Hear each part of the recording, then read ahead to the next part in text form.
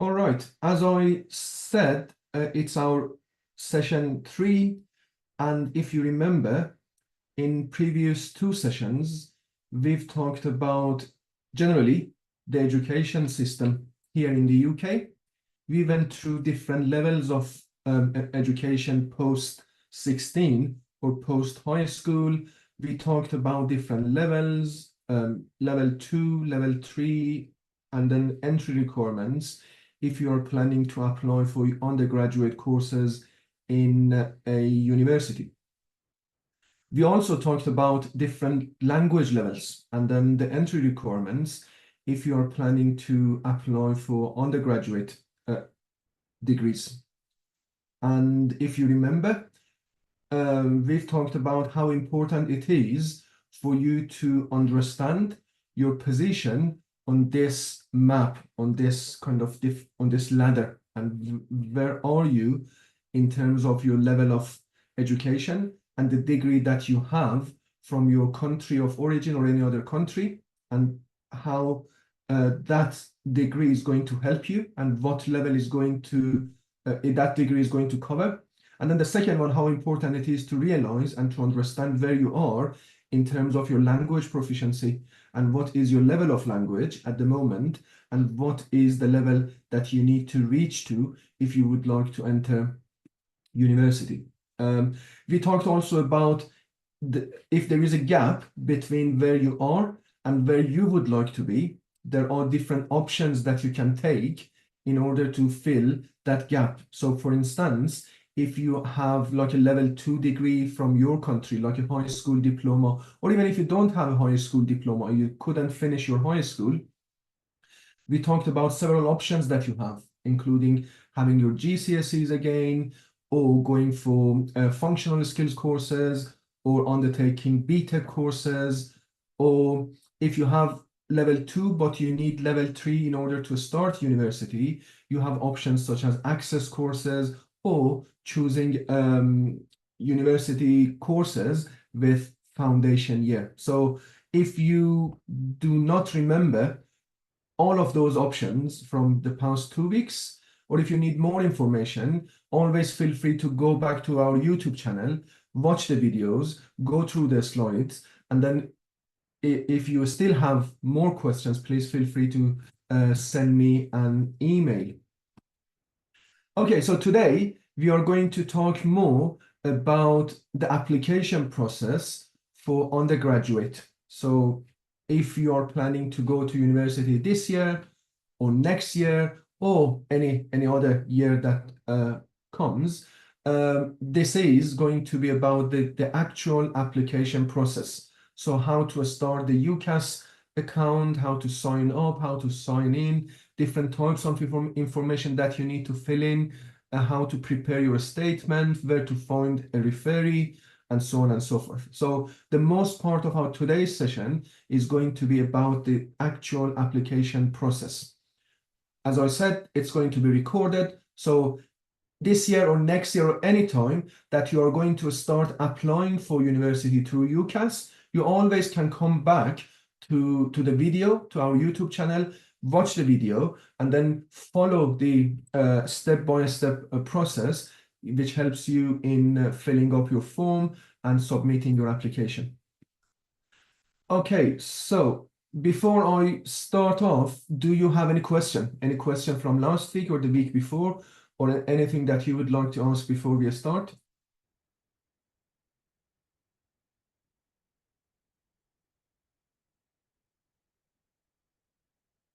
Okay, so again, if you remember from our last week's session, we've talked about some deadlines, okay? I assume most of you, or many of you, you are planning to apply for undergraduate courses for next year, which means 2025.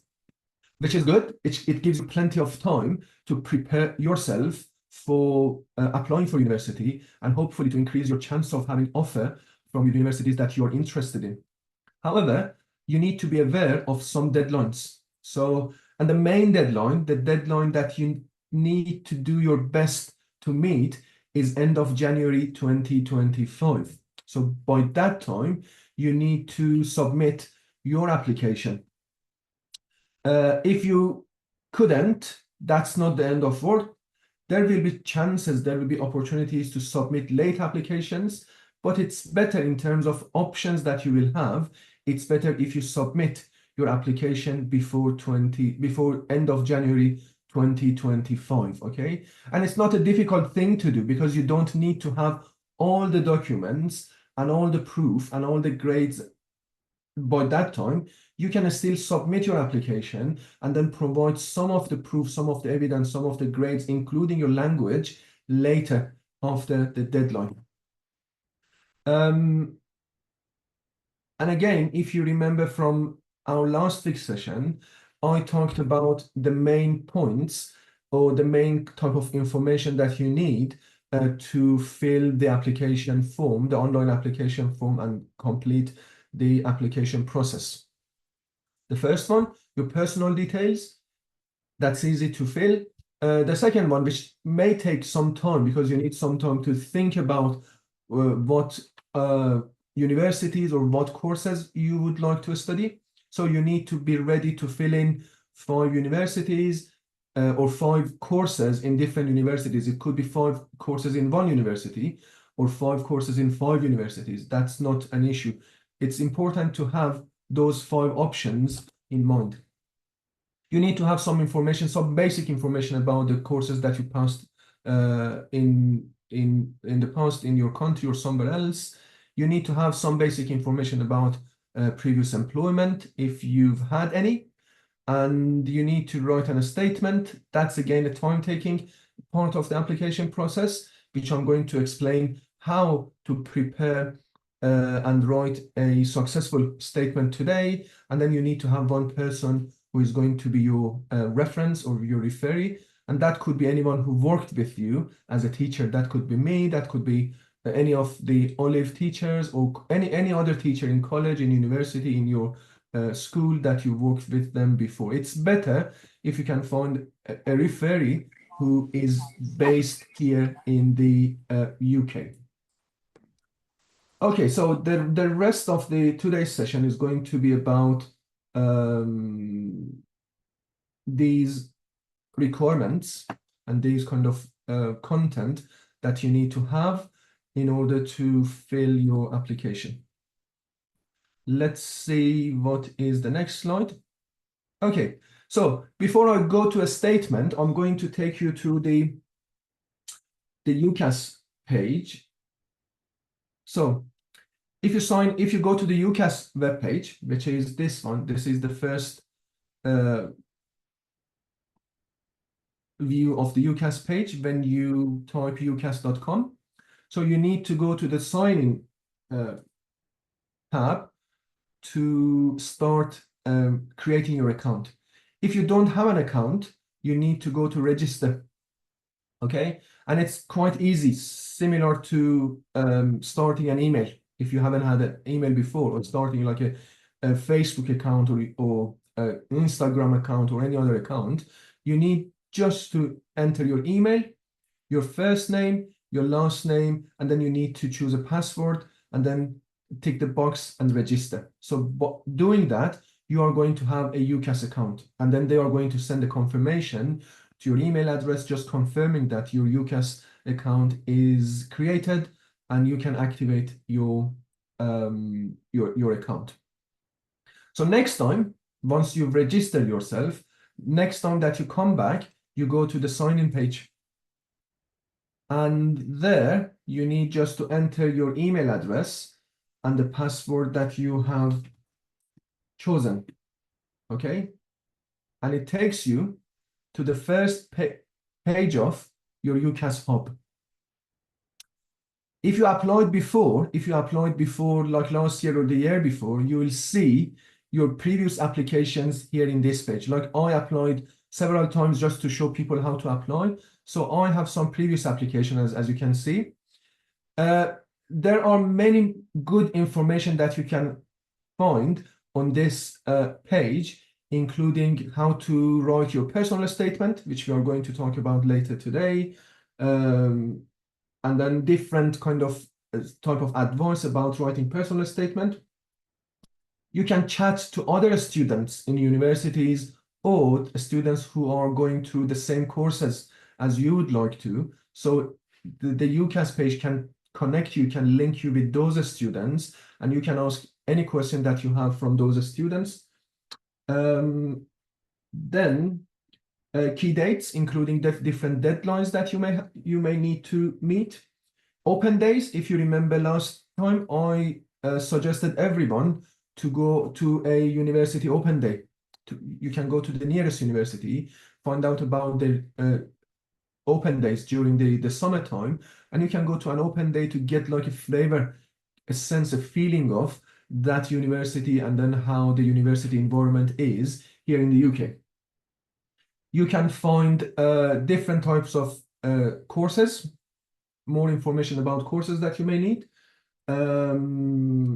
different type of careers that you can, you have options if you go through any of those courses. So for instance, if you are doing a course in cybersecurity, what kind of jobs, what kind of careers you can follow later.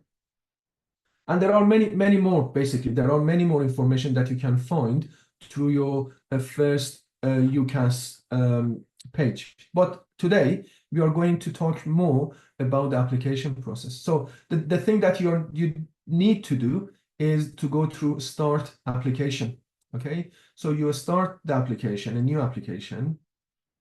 And like I said, many of you may not want to do it this year, but that's fine. It's going to be recorded next year. Whenever you start your application process, you can come back to the video and follow the same steps. However, if you're planning to start university next year in 2025, it's better to start your UCAS page, your UCAS account, and your application from now or sooner, because these are things that may take time. So it takes time to write a statement. It takes time to write, to find a referee. It takes time to find the 5 courses that you want.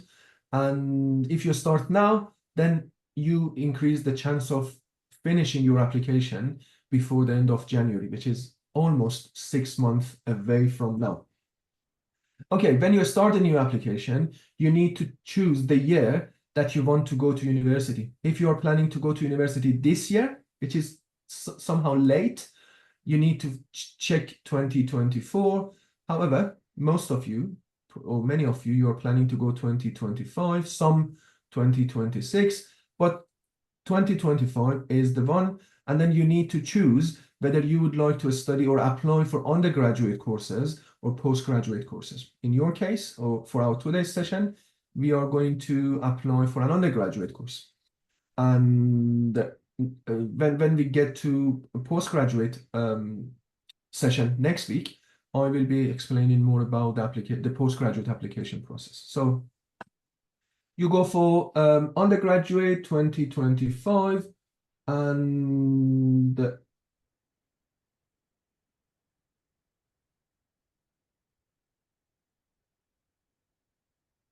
you need to go to the next step. Why it's not taking us to the next step? Let's see. Yeah, it's here. Okay, so this is the application page, and on the application page you have 1, 2, 3, 4, 5, 6, 7, 8 boxes to complete. Okay, it's a very user-friendly, very easy to fill application process, an application form. So you start with your personal details. Okay, you choose your title, whatever it is, your name, your last name, and then it's important to fill boxes with red star, with red asterisks. Okay, so the rest, those without a star, without a red star, you can just leave them. But it's very important to fill all the boxes with a red star.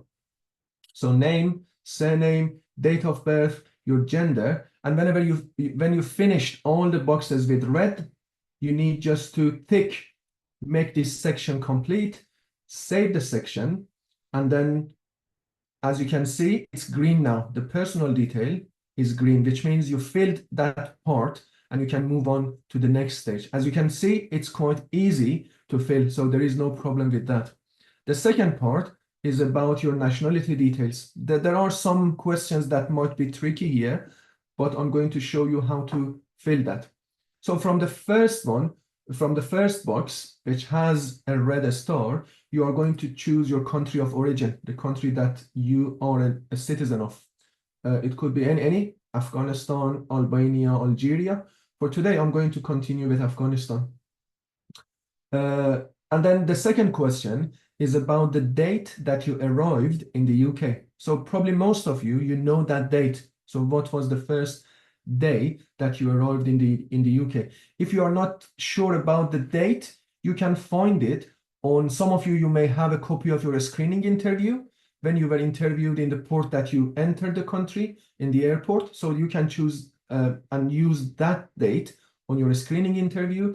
If not, if you don't have a copy of your screening interview, you can use the date which you can find on your BRP card. So if you have an asylum or refugee BRP, something similar to this. So on your asylum BRP card, you can find the date, okay? And you can use that date. It's not that important. So make sure that you choose, you enter the date on your screening interview, or the date that you entered, or the date on your BRP asylum card. Either of them, that would be fine. Your nationality, so the country that you are a citizen of. So because we chose Afghanistan here, so the nationality would be Afghan. If you have any dual nationality, which means you have nationality from 2 countries, you can enter it there. I assume no one here has a dual nationality, but if you have, you can choose which country you have a dual nationality. And that's not because there is no red star. That's not a compulsory question. Do you have a settled or pre-settled status? If you are a refugee or if you're an asylum seeker, the answer is no. Okay, so you choose no, unless you know that on your BRP card, it says settled or pre-settled. But if you are an asylum seeker or refugee, the answer is no. Will you need a student visa to study in the UK? And this is a question that sometimes is confusing for some students. So if you are asylum seeker and if you are refugee, the answer is no. You don't need a visa. Okay, so don't think because you don't have your refugee status, because you're still waiting for asylum claim, you need visa. No, the answer for this question, if you are a refugee or if you are still waiting for your asylum claim, is no, you don't need a visa. And then why don't you need a student visa to study in the UK? From here, if you're a refugee, you choose I'm a refugee, I don't need a visa.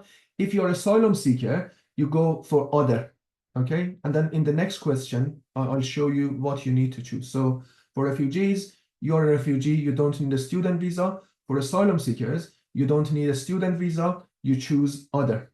And then in the box below, it says, please add details in the box. You just write asylum seeker. And then later, you'll have options to clarify that. The next question, which with red star, is have you previously studied on a student visa in the UK? Some of you may have come to the UK first as a student with a student visa. So you need to say yes, okay? If you came to the UK in the first place with a student visa, the answer for this question is yes. But for many of you, as far as I know, you didn't come as a student. So can you zoom it, please? It's too tiny. So that's the UCAS page. I cannot change the font. I try to see if is it any better?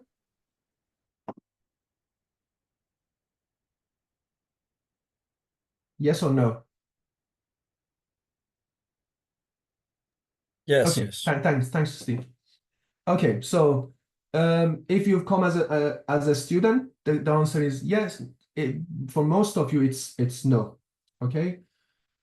The next one, again, very important question, and sometimes it could be confusing. What is your current UK visa or immigration status? If you open the menu, you have an option for refugees. If you have your right to remain, your refugee status from the Home Office, the answer for you would be refugee status granted by UK government.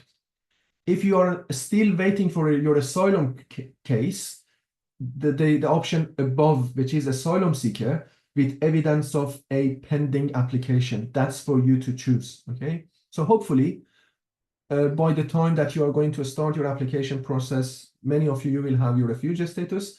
The answer would be refugee status. For the rest, if you have a pending asylum application, if you are still waiting for the Home Office to process your application, the answer could be the answer is asylum seeker with evidence of a pending application. And the evidence is most of the time your BRP card, which shows you are an asylum seeker. The card that I just shown you, the pinkish card, or any letter from the Home Office, which shows you have a live ongoing asylum application.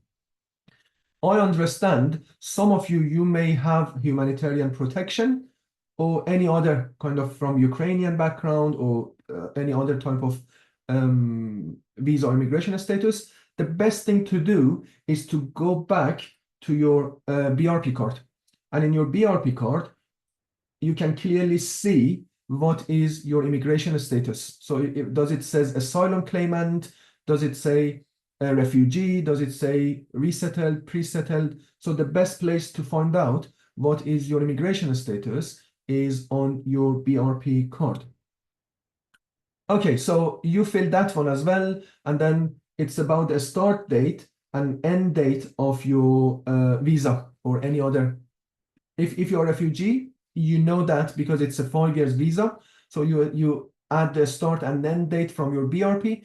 If you are not sure about that, you can just leave it because it doesn't have a red star and red asterisk. So, but most of the time you can find those dates on your visa or on your BRP card. As you again going back to here, you can find those dates here. Okay, for refugees, it's 5 years, and you only need to add the start and the end of your refugee status visa. Again, you fill all these boxes with red, and then you mark this section as complete. You save the section, and as you can see on the left side, on the left column, the nationality details are green and ticked, which means that's done, and you can move on to the next section, which is your current place of living. So here you need to add your address. Okay, I've just added some random addresses, but I will show you how to. So you add your current address. You live in the UK, fine. So you are going to use a UK address. You add your email. You add your postcode. I just added a random postcode here, and then you find your door number, your address, whatever. Some of you may live in a hotel. That's absolutely fine. There is no problem with adding the hotel that you live in the address box. You can change it anytime. If you move from the place that you are to somewhere else next month or next week or even tomorrow or next year, no problem at all. Okay, don't be too worried about, oh, I live in a hotel. That's fine. Just give the hotel address as your current address. So you choose the address, and then you enter the date that you start living there in that hotel, that premise, that building, the flat, wherever it is. It could be the address for a friend or a family member that you are living with at the moment. I have a question. Go on, please. Yeah, what of the address? You don't have number in the address. How can you do it? So if there is, well, basically, if there is no number, you will when you enter your postcode, it's a UK address or not? Yeah, UK address. So if you enter the postcode, you will see all the addresses under that postcode. They may have number, they may not. So probably if you are in a hotel, it's not going to have a number. It shows the hotel name. Okay. So the main thing is you need to enter the right postcode. Okay. When you enter the right postcode, it shows you all the addresses under that postcode. You only need to tick the address that you live in. It may have or may have not a number. Okay. The main Okay. thing is about this postcode. Okay. I'm going to show you again. Let me delete these.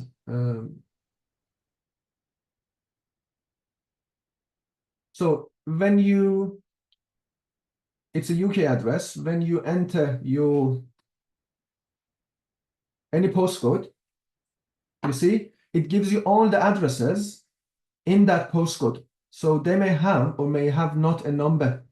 You need just to click on the one that is your address, and then it fills the rest itself automatically. Then you need to choose when you started living there. Let's say January 2022, and why you live there. Okay, it could be your permanent address, but for so many of you, especially if you are living in a hotel or in asylum accommodation, it could be temporary because of your for different reasons, for education, or the very last one, if you live in a hotel, the last one is for you, temporary while seeking asylum or similar. Okay, so that's not an issue then, because most of the time students asking me, oh, I don't have an address, I live in a hotel. That's your address, just use it. Whenever you move to somewhere else, you can come back to your application and change it. Then you save it. The main thing is you need to have the address for the last 5 years. For many of you, you need to add your address before coming to the UK, because you came 2 years ago, last year, so you don't have 5 years of address here in the UK. Then you need to add your previous address. It could be this time a non-UK address. Okay, if you are trying to add your address from Afghanistan, Albania, Iran, Sudan, or Syria, or anywhere else, that's the option, non-UK address. And here you need just to type. So I lived in First Street in Kabul, in Afghanistan, or wherever else. You add the country, and then you just add dates. And then it was your permanent home, or you were living with your parents, or you were studying there in that city, just the reason, and then save the address. One main thing that you need to have in mind, and now you can see you were in Kabul and then you moved to the UK. It shows all the addresses that you've been living in. The main thing is there shouldn't be any gap between your addresses. So if you if you said that I lived in Kabul until January 2023, then you should give your next address from January 2023. As you can see here, the end of this one and the beginning of this one, there shouldn't be any gap. Okay, if there is a gap, then the system wouldn't accept it. So make sure that you add your addresses in the last 5 years without any gap. It could be a UK address, it could be a non-UK address. That's easy. Don't be worried about, oh, I lived with family, I lived with a shared house, I lived in a hotel. Just add the address that you lived in during that time. It doesn't matter whether it was yours, your family, a hotel, or someone else. And then after that, again, mark the there is a question about residential category. And again, if you are a refugee, you tick refugee. If you are asylum seeker, if you are still looking for your asylum case, you go here, because we don't have any asylum seeker option here. You go for other. So most of the time, you see refugee, asylum seeker within the options. If it's not there, go for other, and then you can explain. Tick, save this section, and as you can see, it still asks me for more addresses because I didn't add enough addresses for 5 years. It's just for 2-3 years. Then but you can continue adding more addresses so that you can finish this one. If you don't finish, it wouldn't go green. It is still blue, and then you can come back to it later. When you finish it, the next part is your contact details. Okay, so you need to add your address, or your phone number and your email address, and then the current address that you live in. It could be again a hotel address, any type of accommodation. That it could be a UK. For most of you, you have a UK address at the moment. So just add the address of place that you live, your mobile number. If you would like anyone else, okay, to speak on your behalf. So you have an advisor, you have a caseworker, you have a friend that you would like them to speak for you with the universities, with the UCAS. Here you need to say yes, okay? And then you give their name and their relationship.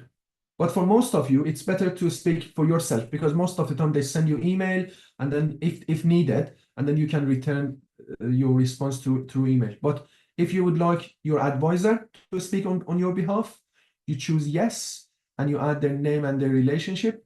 You can say my advisor, my teacher, my friend, or whatever, my parents.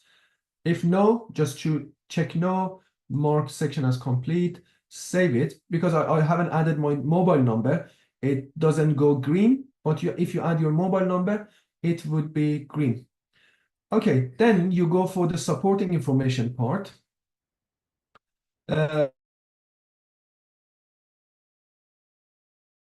The first question, which has a red star, it says, have you ever lived or worked in the EU, excluding any EU country, any European country, part of the European Economic Area, Switzerland, or EU? For many of you, the answer is no, okay? For some of you, you may have worked in, I'm not sure, France or Italy or Switzerland before coming to the UK, then you can say yes. If you don't know, just say don't know. But for many of you, I assume the answer is no. Do you have a parent, a step parent, a spouse, or civil partner who is an EU citizen, national? And again, if you have, you say yes. For many of you, again, the answer is no. If you don't know, just say don't know. Then mark the section as complete, save it, because you answer all the question, it goes green, and then you can go to finance and funding. This is an important one again, sometimes confusing for some students. Here, the question is, who is going to pay for your university costs? Who is going to pay the tuition fee? Okay. If you open the menu, you have a range of different options. Okay. If you are a refugee, or if you have, which means you have refugee status, you go for student finance services, because you are similar to other home students, as you probably remember from last week. So for people with refugee status, with leave to remain as refugee, the answer is UK student finance services. Okay. If you are asylum seeker, if you are still waiting for your asylum claim to be processed, the answer is other sources. Don't say not now, okay? The answer is other sources, because later we are going to talk about you have some scholarships and scholarship opportunities to apply for. So those are other sources. If you are planning to apply for a scholarship, your answer is other sources. If you're a refugee, you can say student finance. You can also choose for not known. If you don't really know whether you are going to apply for a scholarship or whatever else, you can choose not known. There is no problem. But for, like I said, for if you are asylum seeker, you have other sources, including scholarships, to pay for your tuition fee. Once responded, tick the box, save the section, it goes green, and then you can move on to the next section. Okay, I'm going to pause here just to give you a few seconds just to think, and then ask any question that you may have. And then I'll move on to the next part, which is the education, which is an important part. So the next one, where you are going to add your education information, it's an important one. So just a few seconds, just think about the process so far, personal details, nationality details, where you live, your addresses, your contact detail, supporting information, and finance. Thanks, Wilfred. There is no problem. So five options. it's not compulsory. You can choose 1, 2, 3, 4, or all the 5. Okay, it's not compulsory to choose 5. You can choose whatever you want, up to 5 options. Is that clear, Wilfred? Okay, great. And we get to that stage about, I think, when next stage is about adding your. Once we finish the application form, then the next one would be about adding options.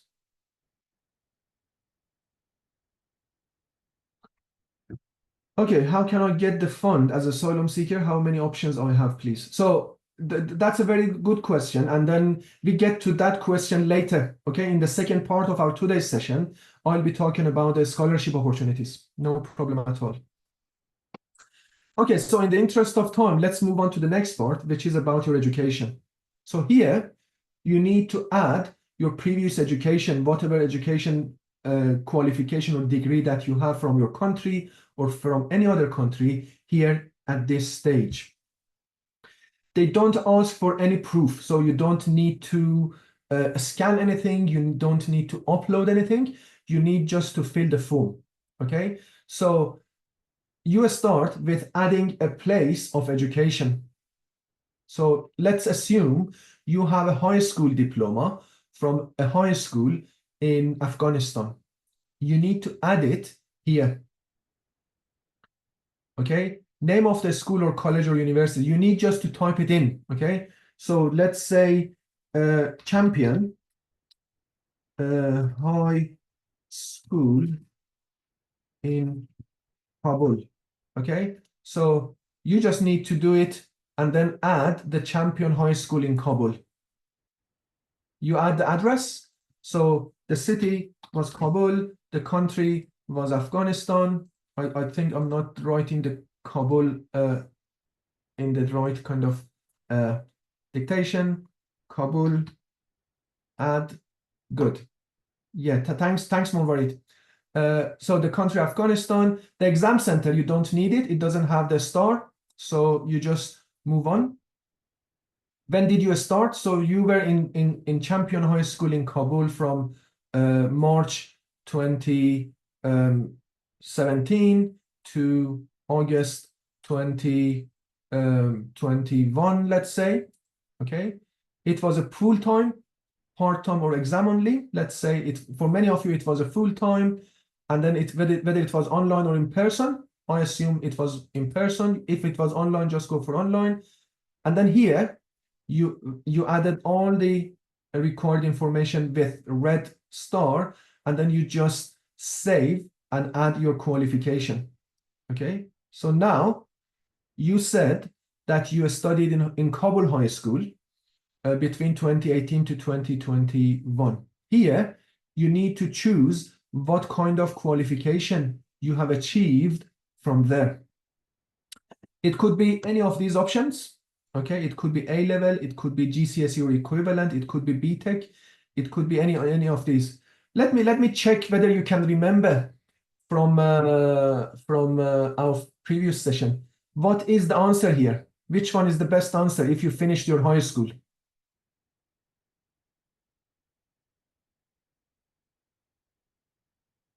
Anyone?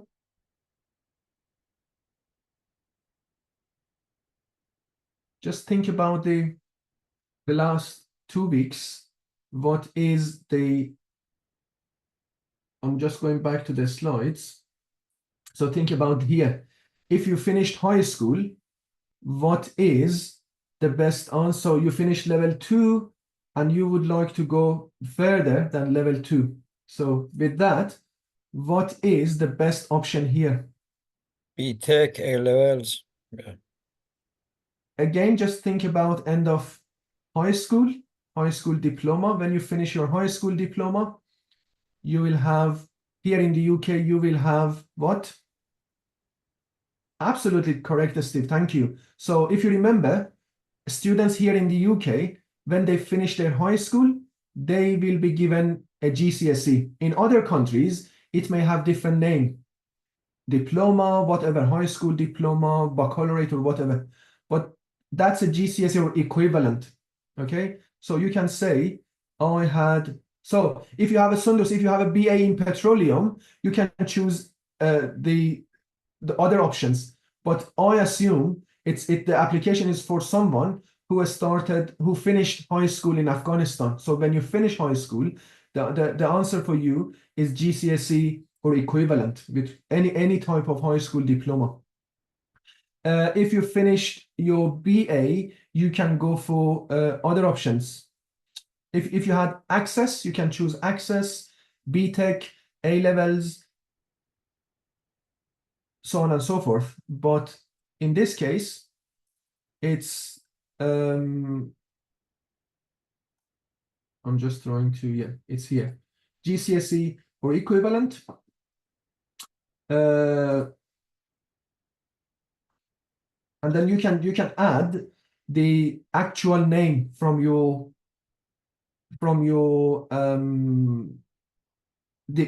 qualification. You can add the actual degree that you have. So if someone from Afghanistan, just let me know, what do you call the high school diploma in Afghanistan? You can just type it for me. So what is the high school diploma called in Afghanistan?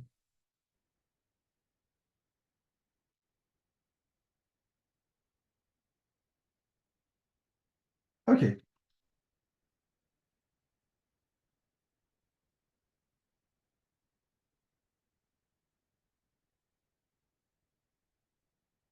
Okay, these are all the options that you have to add. Okay, if you can find the bachelor, just add it. Okay, if not, you can just use GCSEs or other qualification or certifications. Let me see if we have anything.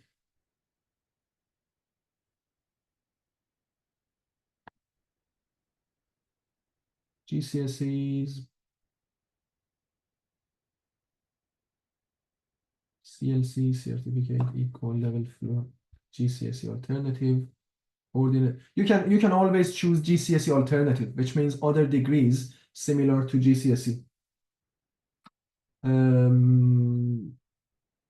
General Certificate of Secondary Education, which is again GCSE.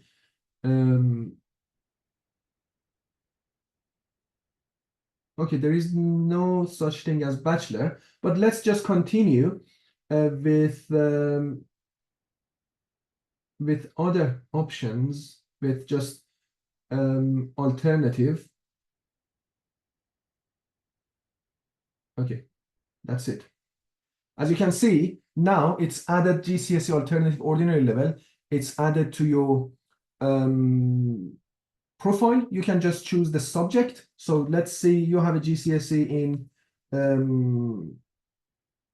science. Okay, so when you started that, Amir, is GCE, not GCSE. yeah, GCE, yeah, that's fine. Science 2019, the awarding organization, it could be other. If you cannot find it, it's other.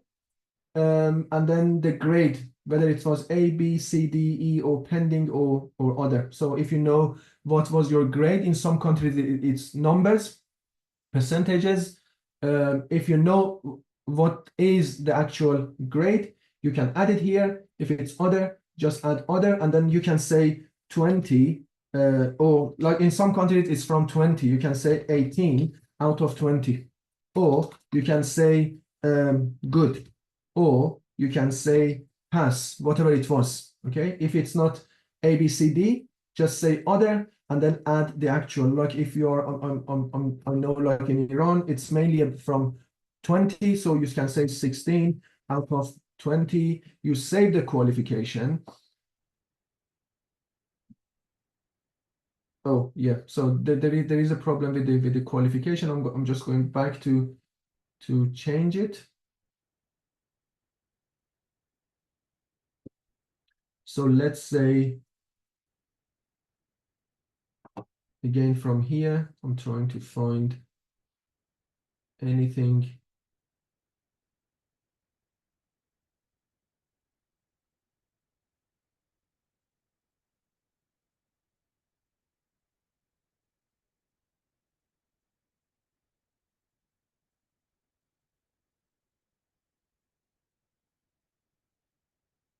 Okay, let's go again. Science.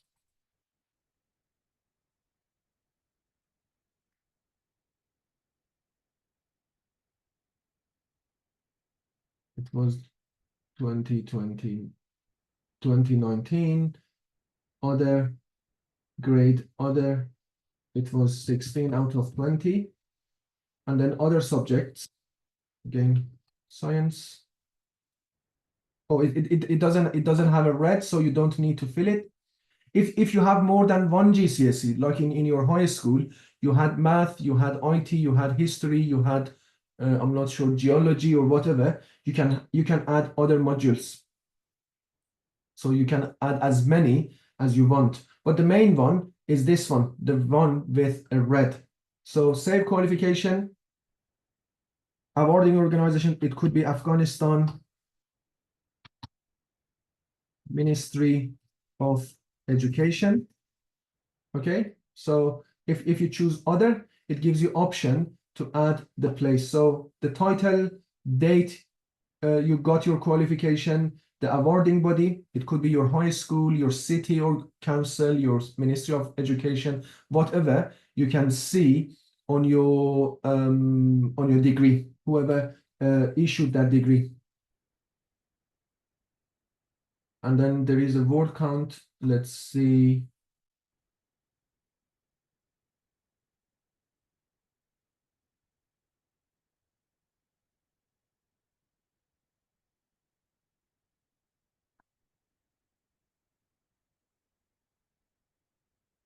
Ministry of Education. Let's see if it accepts this. Yeah, so now you have, if you go back to your education, you can see that it's now added to your profile. So if you have more than one degree, so if you have high school and if you have a college degree, or if you have some degrees from back your country, some degrees from here, you can add more. So again, you go through the same process. You add like Noor University, and then you add Noor University, the address, and then the exam center when you started, whether it was full-time, part-time, or exam only, online, offline, and then you can add the same thing again. So let's say from 2022 to 2023, you were in university for full-time and in person in Afghanistan. You don't need the exam center. City, let's say Kabul again. Okay, this time you can go for a university degree. So whether it was BTEC, GCSE, international and EU, baccalaureate, Scottish, apprenticeship, or whatever. Let's see international qualifications from Afghanistan. Afghanistan, as you can see, here you can see all the degrees from Afghanistan submitted in the UK before, like Afghanistan Baccalaureate, Al-Shahada, whatever from Syria, Albania, Algeria. So you go for the Afghanistan, and then you can give your the date, 2023, results, pass, whatever it was, subject, chemistry, qualification 2023, grade good, whatever it is, and then you save it.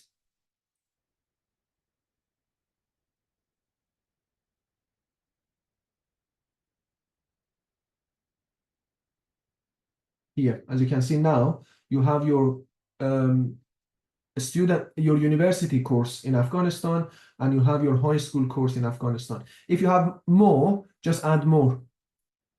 Then the next one is about your English language. And what you can see about the English language, it doesn't have a red star, which means you don't need to have it when you submit your application. If you have it, you can add your TOEFL or IELTS number here. If you don't worry. You will have time until after January to give the evidence of your language certificate. So if you have it, your TOEFL or IELTS, if not, just mark the section as complete, save, it goes green, and you can move on. Any question here? Because I understand that it could be confusing for some people, but the only thing is you need to have the information from the kind of the name of the place, the address, years, and what you studied. If you have all of them available, you can just enter them into the system. There is a question. Let me see what is the question. So why we must apply for university through UCAS, and if I want to change my education in the UK, example. So if you apply for undergraduate course, the application process in the UK is just through UCAS.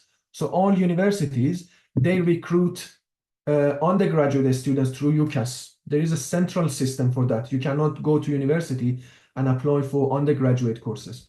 For postgraduate course, it's different. You can just directly go to university. So postgraduate course, you go directly to university. Undergraduate course, everything is through UCAS. All universities, they recruit students through UCAS.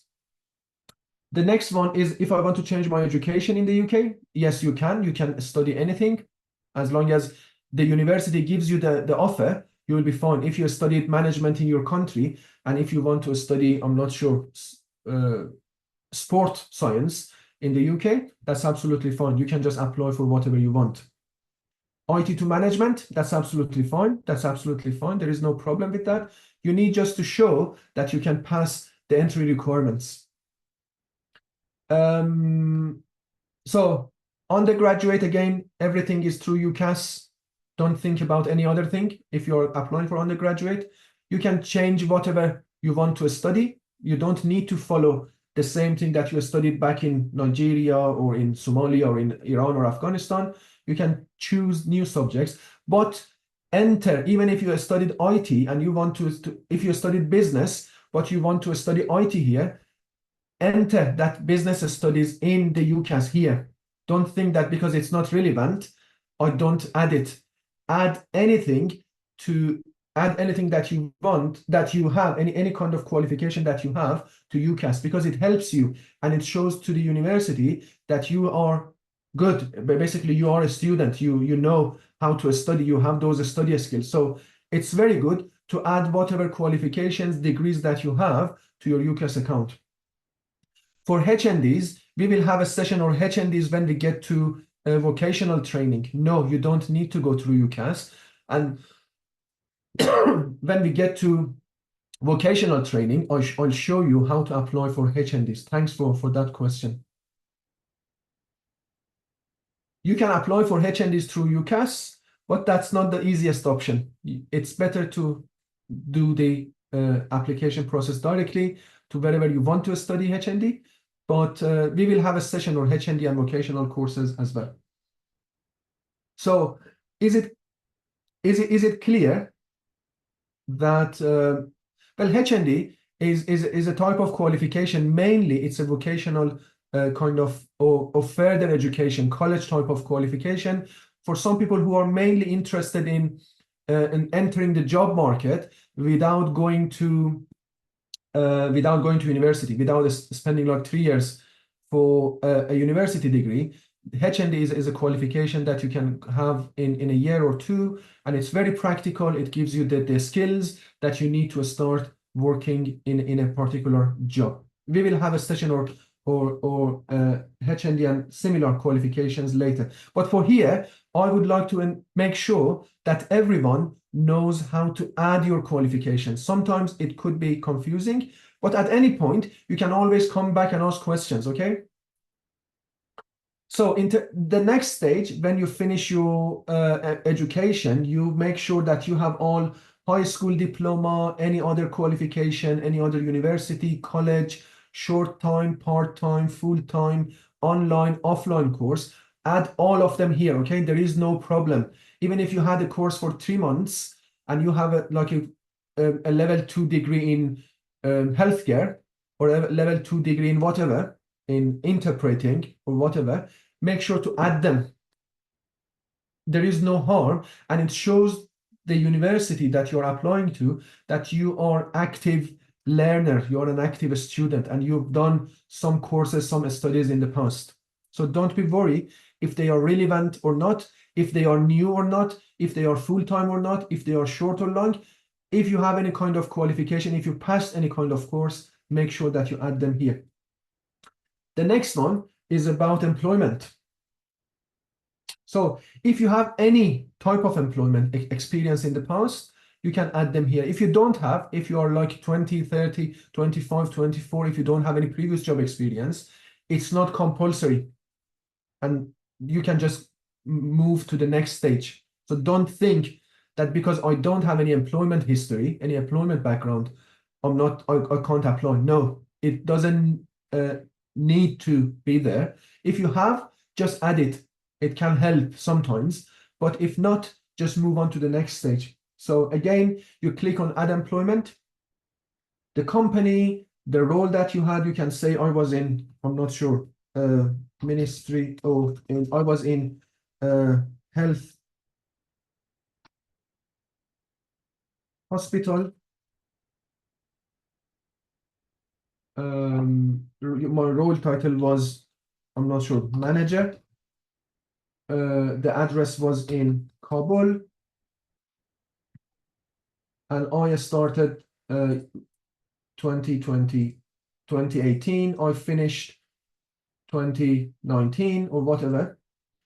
Whether it was full-time or part-time, it was full-time, and you can just save it as easy as that. Okay, so I sometimes I encourage you, if you don't have any other, even if you have volunteer role in the past, just add them. If you don't have any paid work experience, sometimes adding volunteer work experience could be helpful. It's better to add something if you have, instead of just leaving that blank and empty. If you have more than one employment in the past, you can go on and add name, address, and time as many times as you want.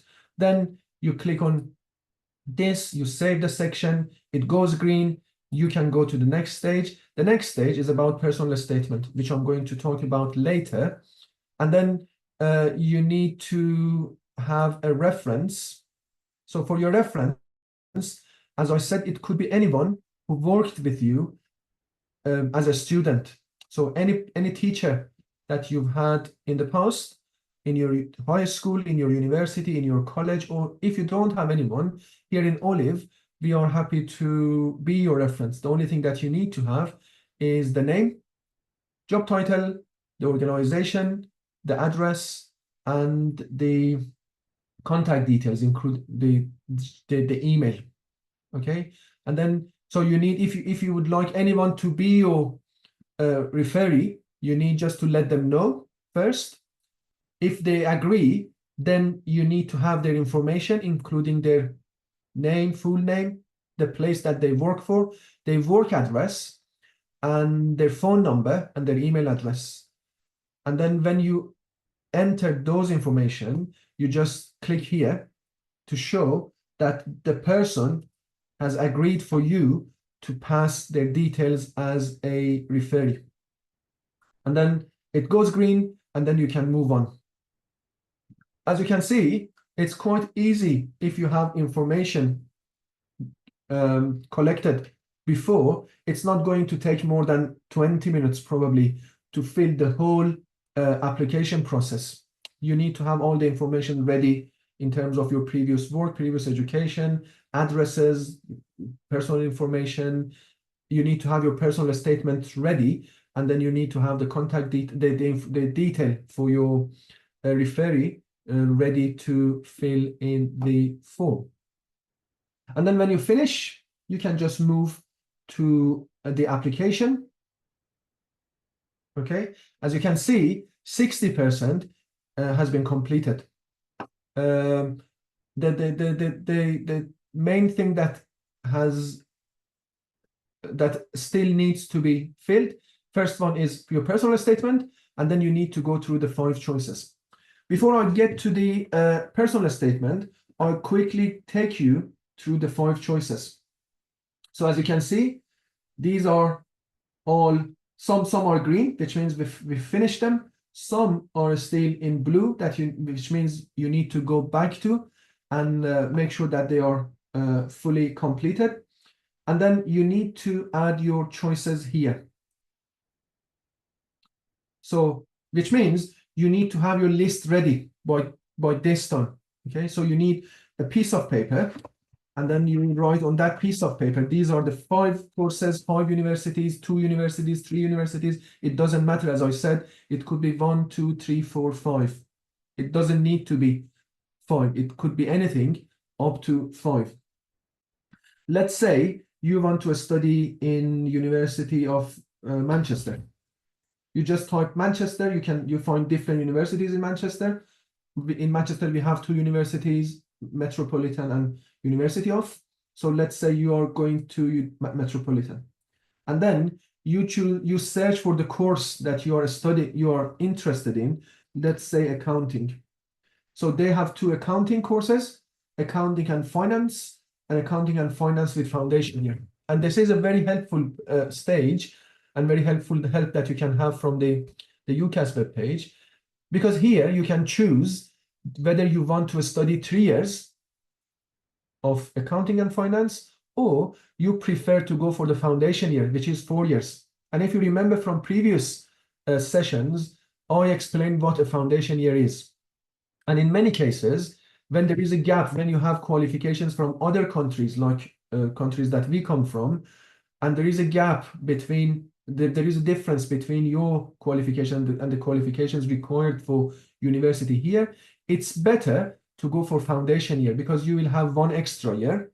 And during that extra year, you are going to learn more language, and they are going to prepare you to continue study accounting. So for many of you, especially if you don't feel ready or feel confident and you need time to prepare yourself, foundation year is a better option than the other one. So you go for foundation year, it shows you different places. So they have main site, and then whether you would like to start 2025 or 2026, which means even if you plan to go to university in 2026, 2 years, you can start applying from now. Universities, they recruit students from now. Let's say you are going 2025, you save it. Live at home while studying or not. So you can here, you can choose whether if you are living in that city. So for instance, if you live in Manchester, or if you travel to Manchester during your degree, during your course, you can say, no, I don't live at home. But if you plan to go to Manchester and stay there and live there as a student, you can say yes. So that's not a difficult question to answer. You need just to think, if you live in Manchester and if you go to this university in Manchester, you live at home. If not, if you don't live in Manchester, but you're planning to go to Manchester, or you plan to, you live near Manchester and you plan to travel back and forth, to commute back and forth during your study, you say no. And then you save it, and you can see the first one is added here. You can do it for the 2nd, 3rd, 4th, and 5th, but you can just continue with 1. You can continue with more than 1. Let's add 1 more. The second one is University of Bristol. So in Bristol, you have 3 options: University of the West of England, City of Bristol College, or University of Bristol. Let's say Bristol University of West of England, sorry. The course is in finance. So they have accounting and finance.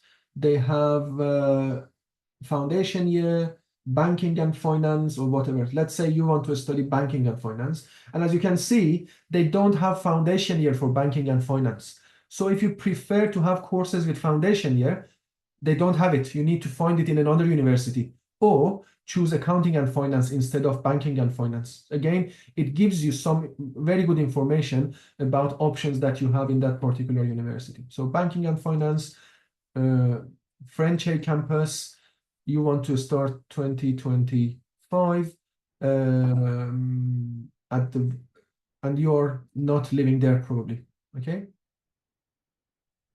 So now you have two options filled, and then you can do it again and again until you complete your all 5 options. Any question?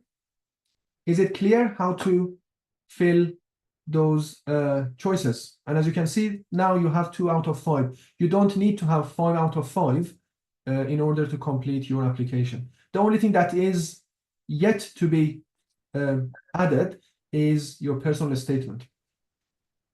I have a question. Please go. I didn't see anywhere to submit our documents. You don't need to, as I said, no document is needed. They don't ask you Yeah. for document at this stage. When universities decide to give you the offer, then they may ask for, the university will ask for documents. But UCAS, they don't ask for any document. You just add information and the numbers, dates, whatever. So no document, no proof needed at this stage. Universities will go through your application if they decide to give you the offer, and if they feel that they require to see your documents, they will ask for your document. But at this stage, no document. And another question is, can we have a reference from our friend, for example? Well, it should be someone who worked with you as a teacher, okay? Because it's not a job application. It's not a character reference like for immigration. It's not for British passport or indefinite leave to remain kind of reference. You need to, they need someone who worked with you as a student and to give kind of reference on your character, your ability as a student. And for that reason, it's better to add someone who has been your teacher at some point. It could be in your university, your college, or anywhere else. For instance, my son has a friend, is a retired professor of Cambridge University. Yeah, if they are happy to do that, just you can add their contact details. But basically, they cannot say in their reference, they cannot say I worked with, because they need to say I worked with the person as a teacher. If he didn't work as a teacher, he cannot say. I'm not sure if he's going to say something that he hasn't done. So in the reference, they should say that I worked with Ali as a student. He was very hardworking. He was very good in math, science, whatever. So if they don't have that experience, they cannot write it, and their reference is not going to help you, basically. And it doesn't matter whether someone works in a college or in University of Harvard or Cambridge. So it doesn't help you, basically. You need someone who worked with you as a teacher, and they can say you are a good student. That's all. Okay, thank you. No problem at all. So for Wilfried, explain about living at home. So if you living at home means you live in the same city that you go to university in, okay? So if you live in Manchester and go to university in Manchester, you are living at home. If you are living in Birmingham, go to university in Bristol, it's not living at home type of study.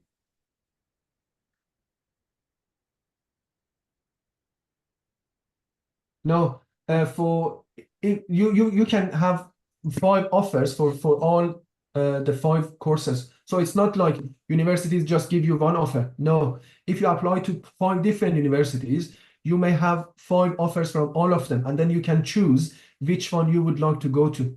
So don't think that if you have 1 offer from a university, other universities are not going to give you the offer. You may end up having 2, 3, 4, 5 different offers, which gives you control and option on which university to go to. Let's see if we have any more questions. Yeah. Go on, please. My question is that, can I apply for UCAS? Why I haven't got GCSE, but I've done the functional skill level 1 Yes. and 2 English, but the functional skill level 1 in maths. Can Yes, I apply for UCAS? you don't need to have GCSE to apply. So you can apply with whatever you have, okay? And then you need just to add those qualifications. The other point is many of you may are studying at the moment in college for GCSE, for A levels, for level 2, or for whatever, and you don't have your results yet. So you can add them later. The only thing is, the more qualifications you add, the more chances for universities to give you an offer. That's the only difference. So you can apply, but the more qualifications you add, the higher the chance of having offer. Is that clear? Okay. Yeah, so don't think that because you don't have GCSE, you cannot apply. Because like I said, not every student has a GCSE. If you have functional skills, if you have BTECs, if you have other type of degrees and qualifications, just add them and then leave it to university to decide whether they want to give you offer or not. The only thing that you can do, add more and more qualifications to your profile. Amir, is it better to apply to get a gap year and then apply, or apply in the year you are doing just A levels or BTEC or Well, whatever? it depends. If you can meet the criteria, if you can tick all the boxes, I suggest not to take a gap year, because it's your life and you are going to what you are going to do during that gap year. If you are going to do anything better than going to university, then do it. But if you are going just to probably waste your time, why is the purpose of having a gap year? Because most of the time, people take a gap year, adding more courses to their profile so that they can go to a better university, apply for a better course. So that's a good use of gap year. I'm going to college, I'm going to have 2 more level 2 courses so that next year I can apply for university of, I'm not sure, a better university. However, if you can go to university and the course that you want this year, it's better to go instead of taking a gap year, which is going to probably somehow, it's not a good use of your time, Ali. Is that clear? Yes, sometimes for teachers doesn't the teachers don't give a good predicted grade to students. Yeah, if So- that's like I said, if you meet the criteria, which means you have good grades, don't take a gap year. But if you say, I'm going to take a gap year to have better GCSEs, better A levels next year, and then go to better university, that makes sense, yes. Okay, thank you. If I have 2-3 choices from one university, that's absolutely fine. There is no problem. You can have all 5 choices in one university. You can have 2 in one, 3 in other one. You can have 5 in 5 different. So there is no restriction in terms of how many courses in how many universities. 5 in 1, 5 in 5, 2 in 1, 3 in 3. That's absolutely fine. There is no problem with that. So, but I heard for Oxford and Cambridge, we have to choose one of them. We can choose both of them in year. Well, we can just try it. I'm not sure about that. Let's say Oxford.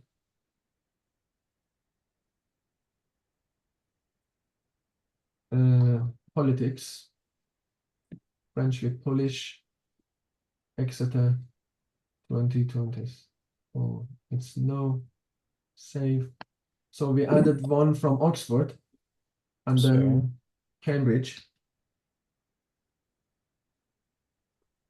Course is human science, location, this one, start date 2025. No, well, there is no problem from the UCAS. Oh yes, No. yeah. That's the case, Ali. Yeah, I didn't know that. So it says Yeah. you can usually only apply to one course at either the University of Oxford or University of Cambridge. Okay. The only exception is if you'll be a graduate by 30th September and you're applying to Cambridge for graduate medicine. So if you're going to medicine, that's different.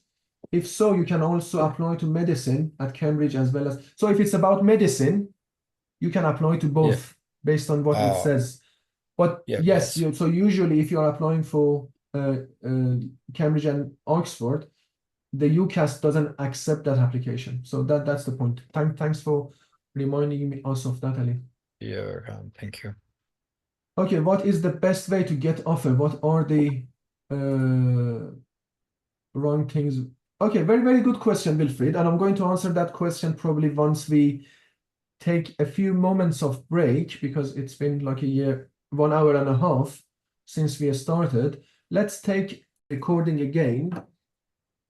So in the first part of our session, we talked about how to fill the application process, different questions that you need to ask, how to add your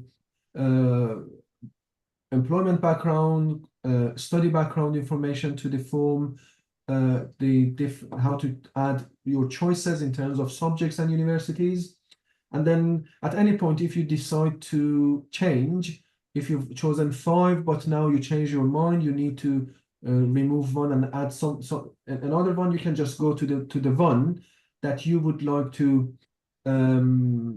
remove or to delete. Just go at the bottom right, and then just to delete it or to edit it if you need to change the year from 25 to 26 or anything else, or if you would like to delete it, it's going to delete it for you. I'm going to go back to my presentation to give you some information about how to write a personal statement. Okay, so the only remaining part, we've talked about all the information and content that you need to fill your UCAS application. The only one that needs to be written is your personal statement. Okay, and in your personal statement, you need to write a shorter statement. It's like a page. It's not like a long piece of work. It's a short, like I think it could be up to roughly about 500 words. So 500 words, which means 2-3 paragraphs and 1 page. You don't need to write more than that.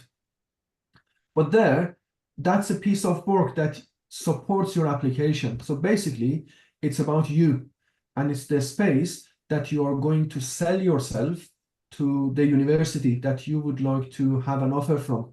So you need to answer these bullet points very briefly in terms of why are you applying to those courses, and don't forget that you have just one statement for all the 5 courses that you've chosen. And obviously you are going to choose courses those are similar to each other, so you are not going to choose one drama, one history, one medicine. So the 5 courses are within the same discipline or similar subjects. So you need to write about your general interest and the main reason that you are applying for those 5 options or 3 options or 4 options. Why do you think that you are a suitable person for that course? So it could be because your high school diploma or the college course or the university course that you passed in your country or somewhere else, it's relevant, it relates, it's connected, it's similar. Or you have some previous work experience. I worked in the same sector for a year, for 2, for 3. Or you have some personal interest, you have some personal motivation that by saying that, oh, I think this is something that is going to be needed in the next 4 years, 5 years. So the main reason, the personal reason why you are going to, someone in the chat box said, I studied IT, I would like to study business. So there should be a reason. What does interest you in that course? What motivates you to apply for that? You don't need to bring it from somewhere else. Just think about your personal motivation and personal situation that encourages you, motivates you to study that course. Any kind of relevant experience, education, membership, volunteering, personal experience, anything that relates to this subject, to these kind of options, just mention that. Your current circumstances, you need to just talk briefly about your current situation.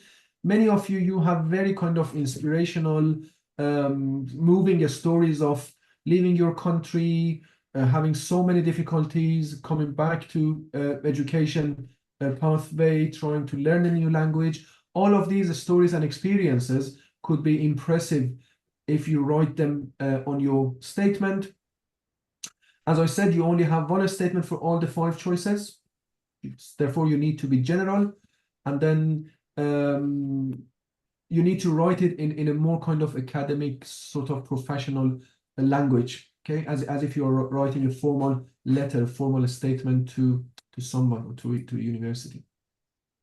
So these are the main points. The best place to start is by having a pen and paper, okay? And ask yourself these 3 questions. Why do you want to study the course? Okay, so think about, why do I want to study IT? Just write some bullet points, some lines down in terms of, I would like to study IT because of the future job opportunities, or because this is something that I was interested in from my childhood, or I'm very good in working with computers, or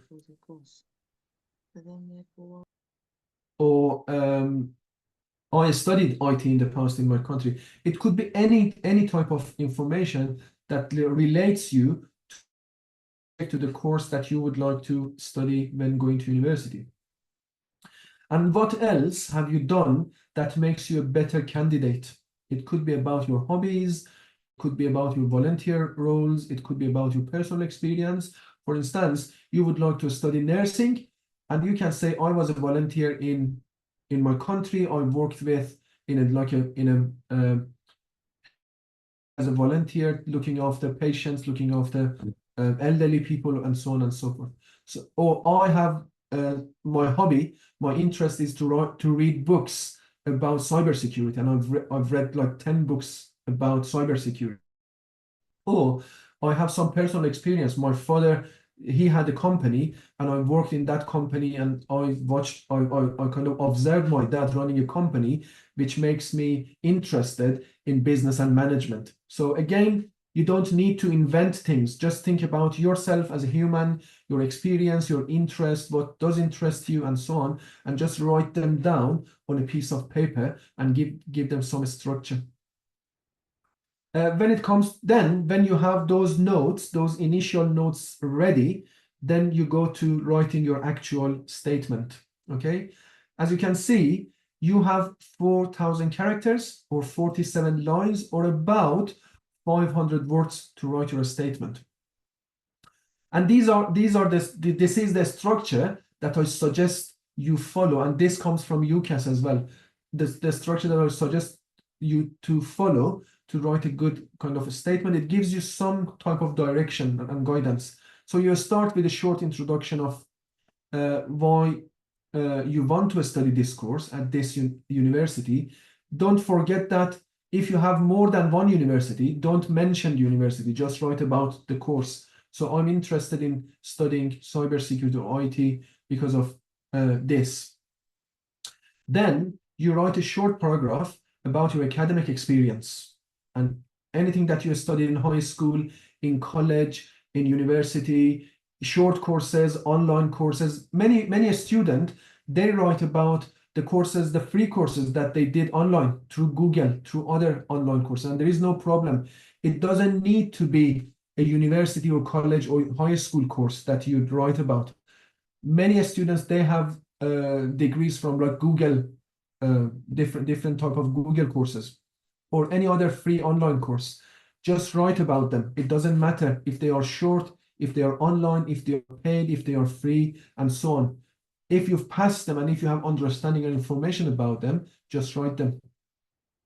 The next paragraph is about your interest in the subject out of classroom. So if you are interested in engineering, is it just about your academic background? Or no, you have you've read some books, you've watched documentaries, you went to open days to universities, you went to some online courses, and so on and so forth. And what is interesting there for you? So don't go beyond what you studied, okay? It's about different type of activities that shows your interest for that particular subject. Like if you are planning to study medicine, what kind of movies that you watch, what kind of series, TV series that you watch because of your interest. If you have any work experience, paid, unpaid, voluntary, short-term, long-term, part-time, full-time, not an issue. Just write about them. Show how the experience, the skills that you learned from those job opportunities can help you in your future studies.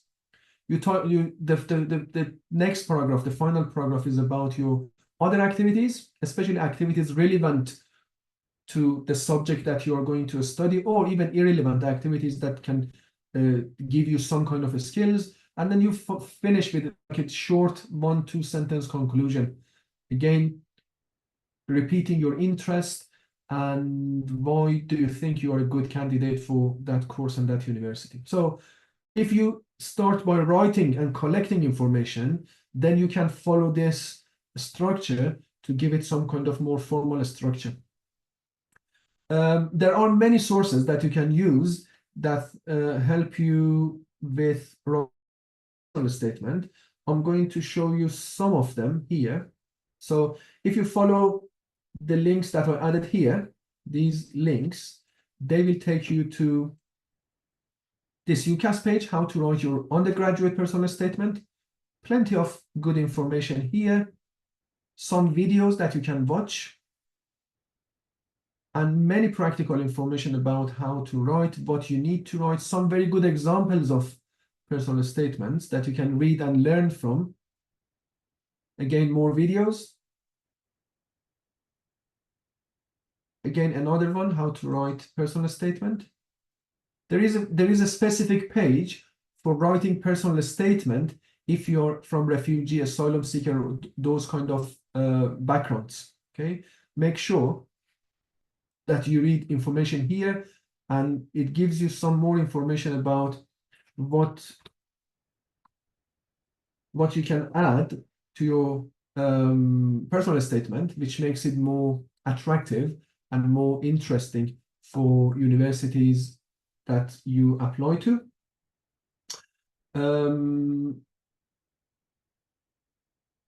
Some very good information about what you need to do if you're from asylum seeker and refugee background. So make sure that you use these resources.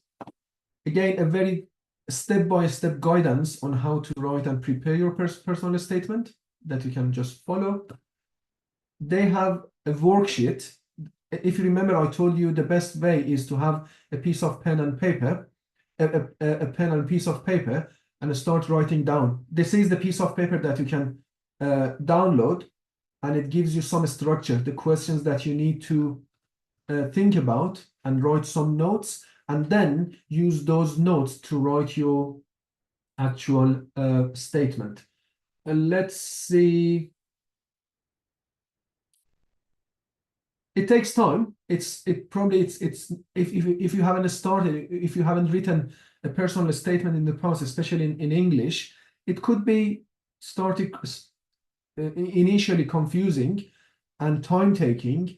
But if you go through all these resources, there are loads of videos, loads of other examples available on internet that you can use, which can help you to start. And then once you finished, you can send me your personal statement you can send it to me, or you can send it to your Olive tutor or Olive mentor, or anyone else, any that you have in college or somewhere else, and just ask for feedback. Okay, there is no problem of going out and asking people to give you feedback on your personal statement.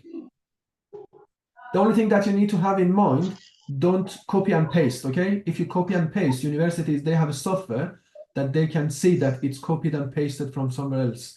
And try to write personally, write about yourself, your situation, what does interest you in that course, and your previous experience, and your plans for future, and how that course is going to help you in achieving your goals, especially your career goals.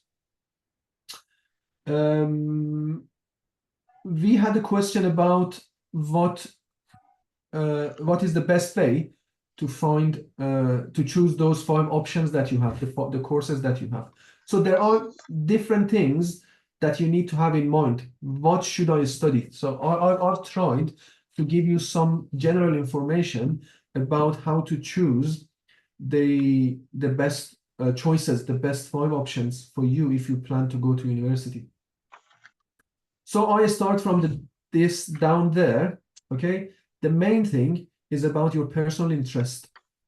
Always think about what do you like to study? What do you think is close to your personality, to your goals, to your sort of the kind of career that you would like to have, or the kind of environment that you would like to work in. Some jobs are you can make good money, but you need to think about would I like to be in that job for the rest of my career or not, for 30 years, 20 years, 40 years or not. So always think about first your personal interest. The next part, then I'll go to the top of the list.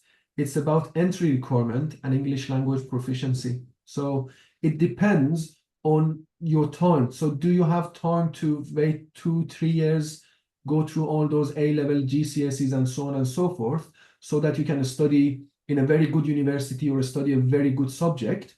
Or no, you prefer to go as early as you can and the sooner that you can to university and study and have your degree as soon as you can and enter the job market. So it depends on your personal preference. And so if you would like to study as soon as you want and as soon as you can, then think about entry requirements. So some universities, they want IELTS 6, some 6.5, some 7. So obviously, if you go for universities with IELTS 6 or 5.5, it gives you more chance of having an offer from them. Also, it's about other qualification and entry requirements. Some universities only accept GCSEs A-levels, which means you need to spend 2 years, 3 years to have your GCSE A-level and go to that university. But many universities, they accept functional skills, they accept BTECs and so on. So instead of 3 years of waiting, you can just go to university next year and save your time. So again, think about entry requirements and how soon or late you can meet those entry requirements. There are some subjects that they need a very kind of advanced level of English. If you are interested in becoming like a solicitor, a lawyer, you need to speak like a very good English. You need to be able to write a very good English, and you need to be a good reader, because everything in your job as a lawyer, as a solicitor, as a barrister, it's about speaking, communicating, and writing high-level legal language. So it may take you 5 years, 6 years, 4 years to get to that level. Whereas if you decide to become like a nurse, most part of your job is through your skills. You need to look after the patient, you need to fill some forms, and you need to be able to speak the kind of intermediate level of language, and just knowing what is that job and having those kind of skills. Or like engineering jobs, in many engineering jobs, you need to have the skills, and language, having like high proficiency is not important. Just think about the level of language needed for that job, and then do you have enough time, and would you like to wait enough to get to that level, or you prefer to start sooner and go to subjects which need like more kind of intermediate level of language. Previous education, as I said, you don't need to continue what you studied in your country, but it gives you some advantage if you would like to continue that, because in your statement you can show that you have some background, some kind of grounding in that subject or in that discipline. But that's not important if you decide to. That's especially for undergrad. The previous education doesn't need to be following you don't need to follow your previous education. But if you have some previous education relevant, it can save you time. Basically, everything as probably everything that I'm talking about is about time. It depends on, do you want to start as soon as you can, or do you want to take some time and then go for more or better options? It's about your career goals, whether you would like to, what kind of careers, what kind of jobs you are interested in, and the level. Probably some people they would like to be just an engineer, but some of them, they would like to be like a senior engineer. They would like to run a company in a very big international company. So if you have those kind of career goals, just apply for better universities, apply for better courses. Funding options, especially it's important for many of you. If you are if you have refugee status, you can have access to student finance. So you will not have financial issues. But if you're asylum seeker at the moment, the only options that you have are those universities with a scholarship. So your choices are limited. So probably you don't have option of going to University of, I'm not sure, Cambridge, because they don't have scholarship for refugees or for asylum seekers. But there are many other universities like University of Leicester, they offer scholarship. So you need to think about the funding option. There are some programs that are more flexible. You can do online, part-time, with foundation year, and then think about which option is better for you. Not everyone can go to a full-time course. You need to work probably, you have family, you need to take care of children and so on. So think about whether the course is flexible enough in terms of being part-time, online, foundation, and so on. What kind of other support universities may give you, and also the cultural sensitivity. So if you go to universities with more international students, probably you are going to have better experience, because there are going to be some students there with similar situation like you, the language levels, the kind of being new to the education system in the UK. So going to universities with more kind of culturally diverse students is going to be probably better in terms of your experience. And also think about practical components. There are some subjects that you can have work placement, internship, and so on. And these kind of experiences are going to help you to improve your chance of finding a good job after that. But like I said, it's not an easy task to choose those options, but you need to take all of these and many other points into account, your personal situation. If you're in your early 20s and you're single, your situation is different with someone in their early 40s or late 30s with 2 children, and they have different kind of responsibility and commitments. So you need to have all of them together and then think about which option is better. But generally speaking, if you go for in the UK, we have a rank of university from number 1 to number 100 and something, and the higher you go, the competition is more difficult. So if you go for higher universities, higher rank universities, you reduce your chance of having offer. If you go down the list, you go from 50 below, you are going to increase your chance of having offer in response to the person who asks how to increase the chance of having offer. But that's the thing. Think about your situation, all of these, but basically the higher the rank of the university, they get more applications. Competition is more difficult. The lower you go, they are more flexible with their entry requirements, the higher your chance of having an offer from that university. So we talked about how to find those, how to add those courses. The other thing that I would like to show you is there are some other web pages that I'll send you the link. One is STAR, and I mentioned this before, and here you can find a list of universities across the UK that they offer a scholarship to students with refugee, asylum seeker, humanitarian protection background. Some of them, you need to go through the detail. Some of them, they cover people who came through family reunion as well. And there is this webpage, very interesting, very useful webpage about Displaced Students Opportunities UK. And here you can find almost every single opportunity in the UK in terms of different courses, employment opportunities, short-term courses, language courses, work placement courses, and so on and so forth here in the UK. So again, when I send you the slide deck, I encourage everyone to go through these 2 web pages, STAR and Displaced Students Opportunities UK. okay? And check, like from their search box, you can go for your immigration status. For instance, if you're an asylum seeker, and then you can level of a study. What do you want to study? Pre-university, foundation, let's go for pre-university. What are you looking for? Scholarships, English language courses. Let's go for English language course. And your location, you can choose the place that you live, or you can go for nationwide for the whole country, and it shows you the current opportunities that you may have in terms of courses, sanctuary scholarships, refugee EAP program, University of this is like a pre-university language skills for University of Leicester if you are living in Leicester or around.